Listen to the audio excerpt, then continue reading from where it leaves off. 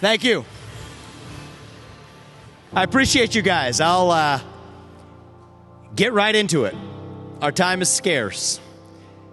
The biggest threats to liberty today, and I'll tell you this from my vantage point as a 37-year-old, I'm the first millennial ever to run for U.S. president as a Republican.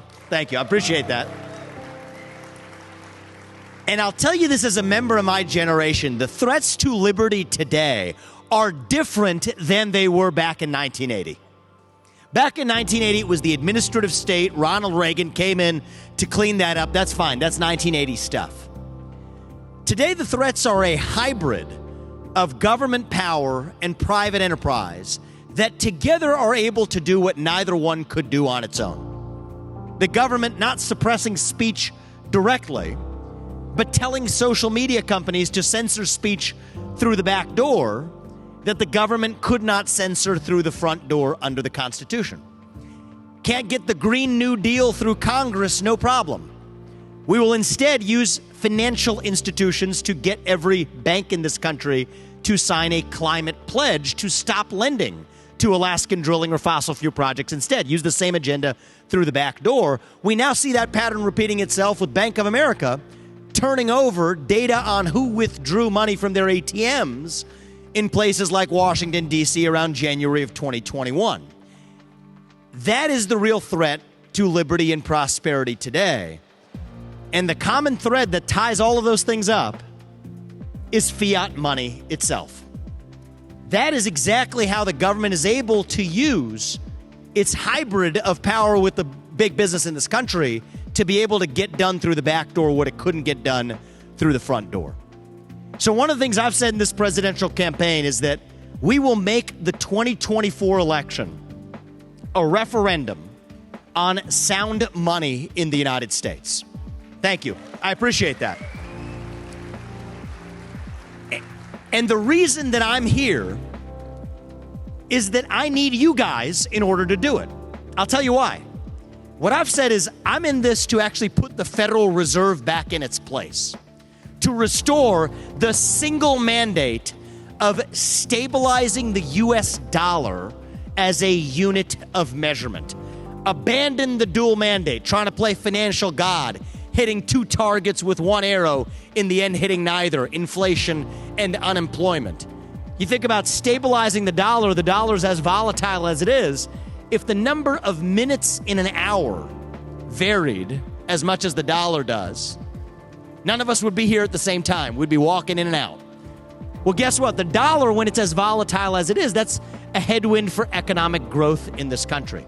So what I want to do is put the Fed back in its place, go back to stabilizing the dollar as a unit of measurement, stop trying to supposedly smooth over the business cycle, which in fact causes more financial crises in the process. That's what I want to do. But here's the problem. That requires a 90% headcount reduction at the Federal Reserve. And if you strike the swamp strikes back at you. That's where you all come in. You are the backstop. So if I'm elected president of the United States and taking on the Federal Reserve, what I need is people in this country to actually have an alternative to that system. That is the backstop that actually keeps our existing financial system intact. And I'll tell you something. If you're threatened by competition, that means that you were never secure about your own value proposition in the first place. Thank you. So now they're coming for me for the same reasons they will be coming for you. Here's how they're coming for you. Now you see it in the budget. 30% possible excise tax on mining for Bitcoin or for digital assets in particular. That is wrong. You do not use punishments for a specific use of energy. One of the things I've said is that you don't want any special favors? Well, then guess what? You don't get any special punishments in return either. We need the government out of your hair rather than regulating what kind of energy is actually used for what purposes. Fair treatment for all. I'll tell you this too. Thank you. Tell you this too. How are they going to implement that? Think about it. That means it requires an entire surveillance state to go along with it. to be able to know whether or not someone is using it for mining, you had to be able to surveil whether or not someone was using it for mining. Freedom of speech and freedom of money are two sides of the same coin in this country. That is what we need to revive and respect. The other way they're coming, or likely to come, is ensnaring Bitcoin in the morass that is our securities regulations in this country. I'm glad that the current SEC chair has temporarily said that he would not characterize Bitcoin as a security. Well, we need to keep it that way. This can't be just federal enforcement discretion. We have to codify that in the rules itself. Write it into the rules. For the very reasons why Bitcoin is finite in its quantity, there is no issuer. It should never be treated as a security under the current securities laws. To the contrary, this is a laboratory for innovation where actually the existing broken securities regulation regime can actually learn something from a new system rather than to be threatened by it. This is what we're going to need, is to embrace a parallel competitive system that's different than the one we have today. Now, mark my words, for skating to where the puck is going, here's what's going to happen a year or two from now. You turn off the government's ability to overreach. They will use the private sector to do it through the back door.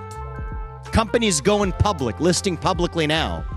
Turns out those publicly traded companies are owned by a small handful of financial institutions.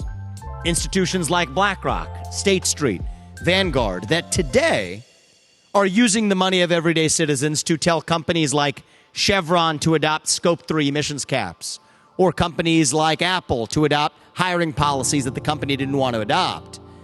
You mark my words, where this puck is now going is that, as for example, companies in the Bitcoin space go public, the thing we now have to watch out for is making sure that they don't use ESG or other standards to do through the back door what government could not then get done through the front door under the Constitution.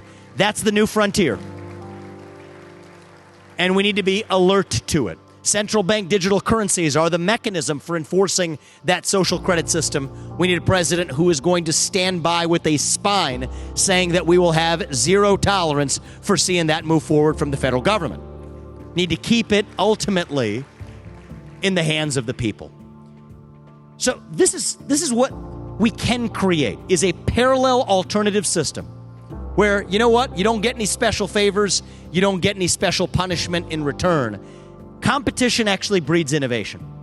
I think the government needs to be less insecure, more secure in its own value proposition rather than going after people who actually offer alternatives. That's what it means to be an American.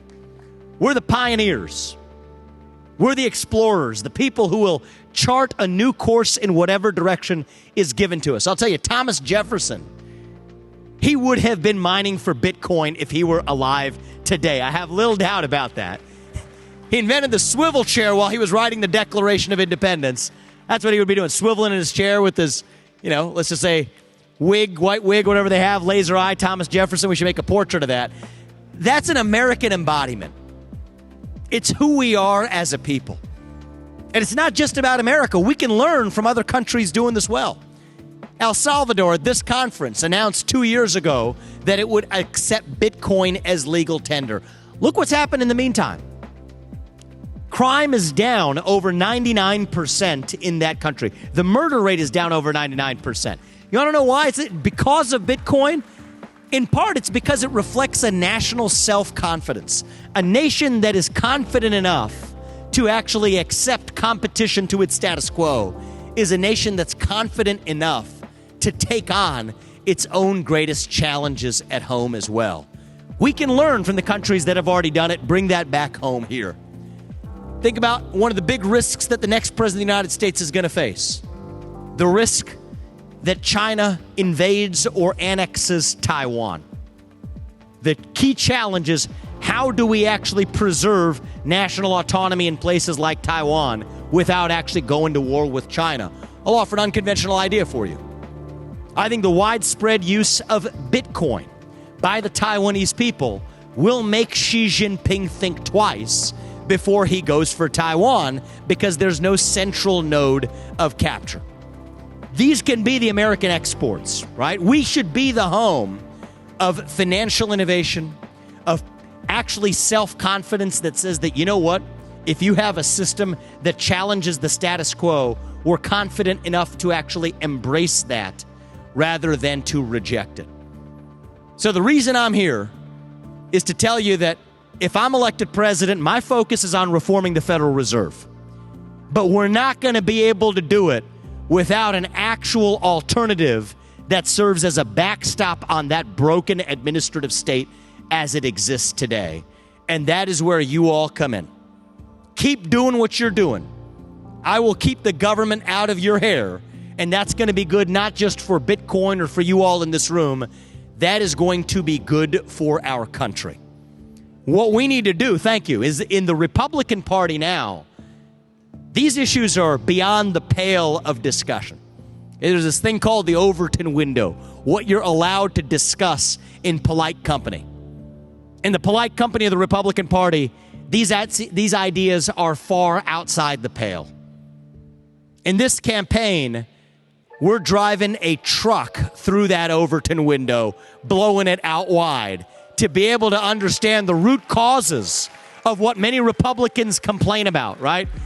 They'll complain about ESG or CBDCs or the rise of a woke industrial complex in America without actually getting to the root cause.